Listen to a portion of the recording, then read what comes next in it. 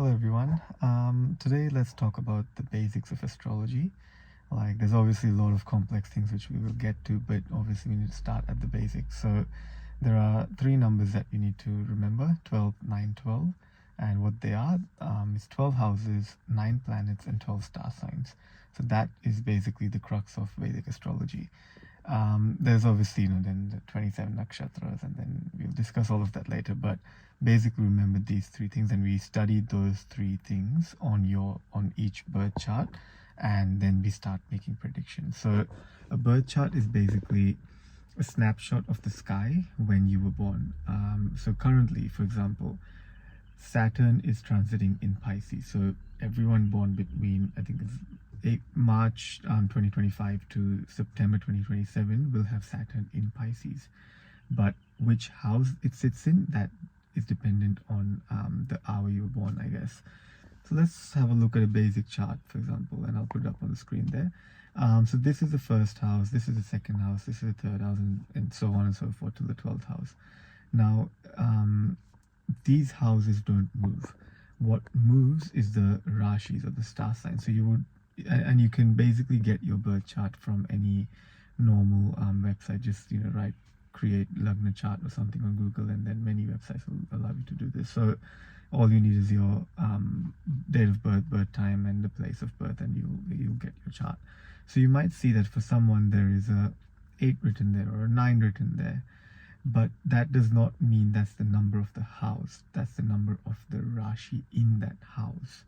So who decides that? Well, when you were born, the star sign that was rising in the eastern horizon becomes your star sign in your first house. And then in astrology, like with the houses, it increases counterclockwise. The Rashis also increase counterclockwise. So if it's 9 over there, then it goes 10, 11, and so on, 12, 1, 2, 3. And then obviously after 12, it stops and starts from 1 again. So yeah, that's basically how the houses and the Rashis in the houses get there. Now, how do the planets get there? Well, as I mentioned before, that currently Saturn is transiting in Pisces. So in this particular chart, it will sit in the 4th house.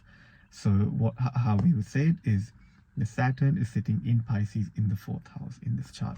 So, and then it starts where we look at all the planets and the Rashis are sitting in, and the houses they're sitting in, and then we start making predictions. And then there's obviously more complex stuff like lordships, and also each planet has been given a lordship.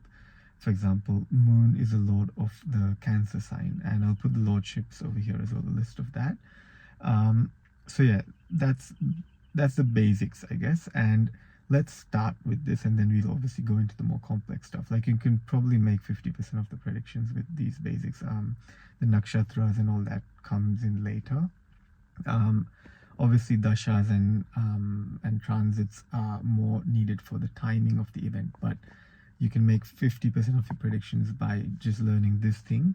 And obviously you will not be able to predict the timing still, but you can say that at some stage in your life this might happen. So let's start there. And what I'll do next is I will put in a video of what each house represents. I think that's the most easiest thing to start with, and then we might go on to the planets and then the Rashis.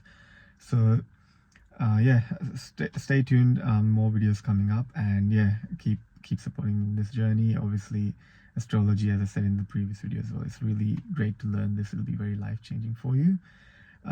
So yeah, that's that. I will see you in the next video.